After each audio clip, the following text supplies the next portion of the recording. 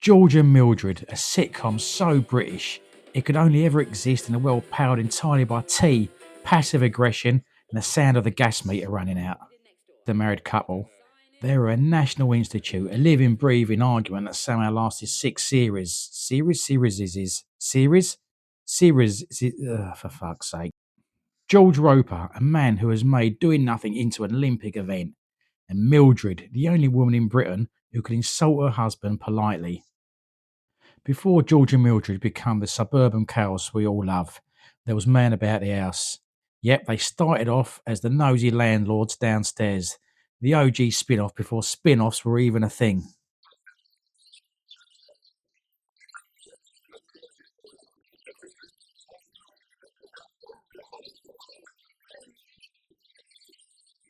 After a few years of tormenting Robin Tripp, ITV decided to give them their own show because apparently the British public just couldn't get enough of the marital disappointment. George Roper, played by Brian Murphy, a man who could stretch one pint over 3 episodes. If laziness was a profession, it'd be middle management. He doesn't want to work, doesn't want to move, doesn't want to exist. He just wants to watch telly and wait for death. And honestly, respect, bruv, you know what I mean? Then there's Mildred, Yootha Joyce, filth. An absolute powerhouse of middle class ambition. She wanted the good life, nice house, posh neighbours, maybe a bit of, well, anything really. Because let's face it, George wasn't exactly bringing the fireworks to the bedroom.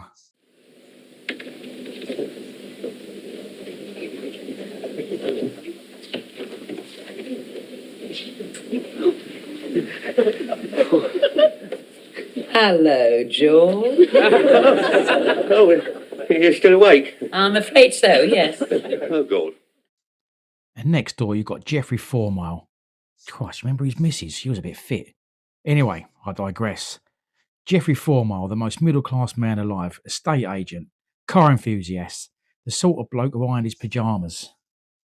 Geoffrey hated George, George hated Geoffrey, and together they created the most British rivalry of all time, working class chaos versus suburban smugness. Comedy was pretty simple, really.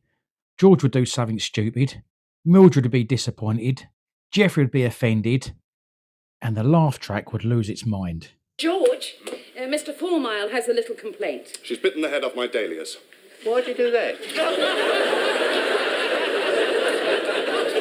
Not me. This was the 70s, no internet, no memes, just wallpaper and jokes about polishing the car. Somehow it just worked.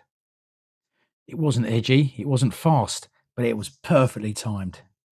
Now, here's where things get a little bit tragic. Yootha Joyce, the heart of the show, was dealing with serious personal struggles. Behind the laughter, she was battling alcoholism. By 1980, just as George and Mildred the movie came out, Yootha sadly passed away at only 53. The film didn't exactly land. Critics said it was like watching an episode with all the energy drained out. Personally, I quite like it. But anyway, without Yootha, that was it. No more George and Mildred. Brian Murphy carried on acting for decades. You might have seen him later in Last of the Summer Wine or the Catherine Tate Show. But the spark between him and Yootha, you can't fake that. George and Mildred might look ancient now, like it's been preserved in a jar of instant coffee, but its DNA is still in British sitcoms today. Shows like One Foot in the Grave, The Royal Family, even Gavin and Stacey owe something to the George and Mildred formula. Ordinary people, petty arguments, and the art of being mildly furious about nothing. Oh, by the way, did you get the car going? What? Oh, no. I need some new parts. Yes, but did you get the car going? It was a time capsule of Britain in the late 70s. Economic struggle, class tension, and people desperately pretending to have it together. And that's what makes it timeless. It wasn't the plot, it was about people. Boring, awkward, hilarious people. So let's call it. In the sitcom Ring of Honor, George and Mildred might not be champions, but they are cult legends.